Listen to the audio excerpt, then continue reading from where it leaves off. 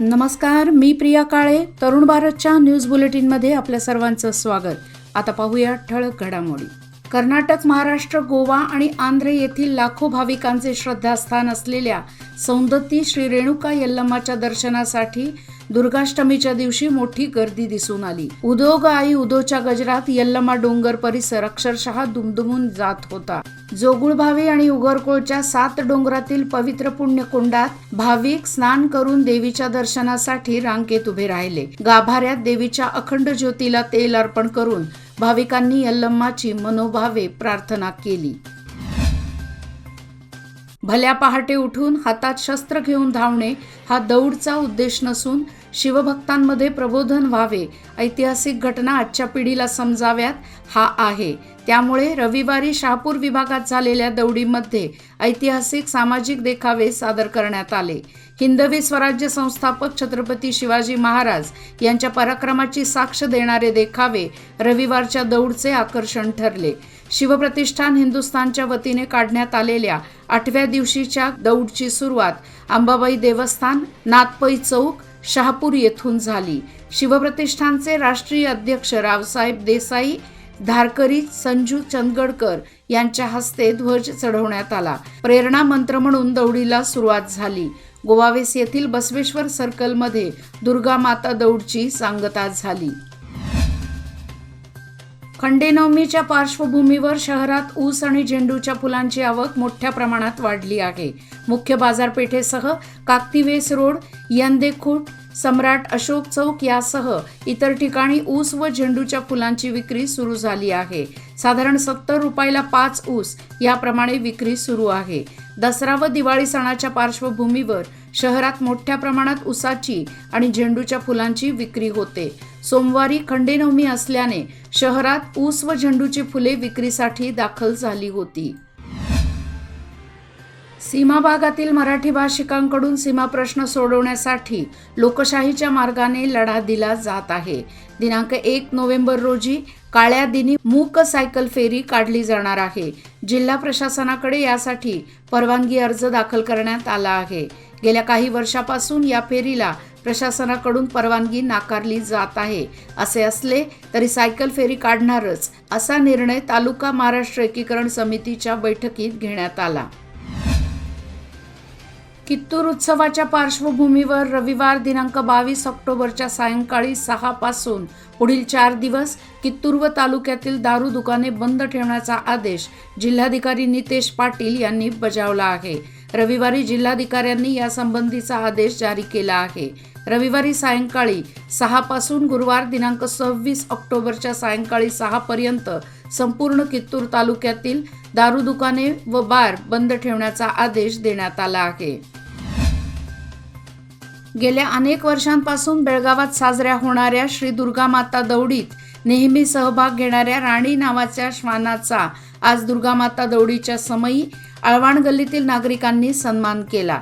श्वानाचा प्रामाणिकपणा हा जगजाहीर आहे, परंतु या श्वानामध्ये नुसता प्रामाणिकपणा नसून आपल्या राजाप्रती निष्ठा आहे. अत्यंत शिस्तबद्धरित्या दौडीतील इतर सर्व धारकऱ्यांसोबत तो नेहमी अग्रेसर असतो. बेळगाव शहर देवस्थान कमिटी व श्री देवदादा सासनकाठी ज्योतिर्लिंग भक्त मंडळाच्या वतीने मराठी विद्यानिकेतन येथील दसरा मैदानावर दरवर्षी दसरा साजरा करण्यात येतो आणि आपट्याची पाने सोने म्हणून लुटली जातात. यापूर्वी चव्हाट गल्ली येथील देवदादा मंदिरातून विधिपूर्वक नंदीचे सासन काठी व पालखीची भव्य दिव्य मिरवणूक काढली जाते. सर्व देवस्थानच्या पालख्या मारुती गल्ली येथे जमतात व चव्हाट गल्लीचा नंदी मिरवणुकीत दाखल झाल्यानंतर नंदीला अग्रस्त ठेवून या सर्व पालख्या मिरवणुकीत दाखल होतात. यासाठी मराठी विद्यानिकेतन जवळील मैदानावर पूर्वतयारी युद्ध पातळीवर सुरू आहे. अष्टमी निमित्त सालाबादप्रमाणे देशपांडे गल्लीतील परांजपे कुटुंबियांच्या घरी शनिवारी रात्री घागरी फुंकण्याचा कार्यक्रम झाला. या निमित्त उभ्या केलेल्या महालक्ष्मीच्या दर्शनासाठी रात्री उशिरापर्यंत भाविकांनी गर्दी केली. यंदाचे हे 79वे वर्ष आहे. सर्वप्रथम 1940 मध्ये दातारवाड्यामध्ये महालक्ष्मी पूजण्यात आली. बडाल अंकलगी येथील एका वृद्धेने शेतवडीतील झाडाला गळफास घेऊन आत्महत्या केल्याची घटना शनिवारी सायंकाळी उघडकीस आली आहे. हिरेबागेवाडी पोलीस स्थानकात या घटनेची नोंद झाली आहे. सुज्ञानी निंगप्पा घुगरी, वय वर्षे 60, राहणार बडाल अंकलगी असे या वृद्धेचे नाव आहे. बाचीजवळ मटका घेणाऱ्या एका मटका बुकीला शनिवारी अटक करण्यात आली आहे.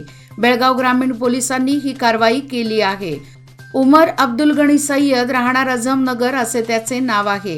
त्याच्याजवळून 1,620 रुपये रोख रक्कम व मटक्याच्या चिठ्ठ्या जप्त करण्यात आल्या आहेत. बेळगाव ग्रामीणचे पोलीस निरीक्षक मंजुनाथ हिरेमठ व त्यांच्या सहकाऱ्यांनी ही कारवाई केली आहे. हुक्केरी व चिकोडी तालुक्यातील 28 तलाव भरणी योजनेसाठी हिरण्यकेशी नदीवर असलेल्या जॅकवेलने पाणी उपसा केला जातो. याचे नियोजन लघु पाटबंधारे खात्याकडे आहे. वास्तविक नियोजनानुसार गत आठवड्यातच पाणी उपसा थांबवायला हवा होता, पण याकडे दुर्लक्ष करून पाणी उपसा सुरू असल्याने हिरण्यकेशीचे पात्र कोरडे पडत आहे. त्यामुळे जॅकवेल तात्काळ बंद करून नियमबाह्य पद्धतीने होत असलेला पाणी उपसा रोखावा अशा मागणीचे निवेदन शेतकऱ्यांच्या वतीने पोलीस निरीक्षक SS आवजी यांना देण्यात आले. चिकोडी शैक्षणिक जिल्ह्यात सन 2022 सालातील पदवीधर प्राथमिक शाळा शिक्षकांच्या नियुक्ती काउन्सिलिंगबाबत 21 ऑक्टोबर ते 27 ऑक्टोबर वेळापत्रक निश्चित करण्यात आले होते. यापैकी 21 रोजी काही शिक्षकांचे काउन्सिलिंग झाले असून उर्वरित शिक्षकांचे काउन्सिलिंग 25 व 26 रोजी करण्याचा सुधारित आदेश जिल्हा शिक्षण उपसंचालक मोहनकुमार हंचाटे यांनी काढला आहे. खडकलाटसह परिसरात गत 4 दिवसांपासून सकाळी अचानक प्रचंड धुक्याची झालर पाहावयास मिळत आहे. यामुळे शेतकरी वर्गात चिंता पसरली आहे. धुक्यामुळे पिकांवर किडीचा व रोगाचा प्रादुर्भाव वाढत आहे. यावर्षी पावसाने पूर्णतः पाठ फिरवल्याने पिके जगवताना तारेवरची कसरत करावी लागत आहे. असे असतानाच आता धुक्याने हजेरी लावल्याने अडचणीत भरच पडली आहे. खानापूर शिवप्रतिष्ठान हिंदुस्थानच्या वतीने सुरू असलेल्या दुर्गामाता दौडीच्या 8व्या दिवशी मोठ्या संख्येने युवा युवती, ज्येष्ठ नागरिक सहभागी झाले होते. रविवारच्या दौडीमुळे सारे खानापूर शहर शिवमय बनले आहे. रविवारी 8व्या दिवशीच्या दौडची सुरुवात शिवस्मारक आवारातील छत्रपती शिवरायांची पूजा प्रवीण अग्नोजी आणि अमित परब यांच्या हस्ते करण्यात आली. कब्बूर तालुका चिकोडी येथील एका रहिवाशाने विष पिऊन आत्महत्या केल्याची घटना घडली आहे. कौटुंबिक कारणातून त्याने आपले जीवन संपवले आहे. चिकोडी पोलीस स्थानकात या घटनेची नोंद झाली आहे. बाळय्या मल्लय्या मठद, वय वर्षे 54 असे त्याचे नाव आहे. जुना PB रोड ओव्हरब्रिज खाली असलेल्या श्री रेणुका माता मंदिरामध्ये नवरात्री निमित्त नवचंडी होम करण्यात आला. यावेळी अनेक भक्तांनी सहभाग घेऊन देवीचे दर्शन घेतले. उद्या सोमवारी खंडेनवमी निमित्त सायंकाळी 8 वाजता महाप्रसादाचे आयोजन करण्यात आले असून भाविकांनी याचा लाभ घ्यावा असे आवाहन आयोजकांनी केले आहे. याचबरोबर आजचे बातमीपत्र इथेच संपले. अधिक माहिती आणि ताज्या घडामोडी करता पाहत रहा तरुण भारत न्यूज चॅनल. तसेच आमच्या चॅनलला लाईक, शेअर आणि सबस्क्राईब करायला विसरू नका. आणि विश्वासार्ह बातम्यासाठी दररोज वाचा दैनिक तरुण भारत. धन्यवाद.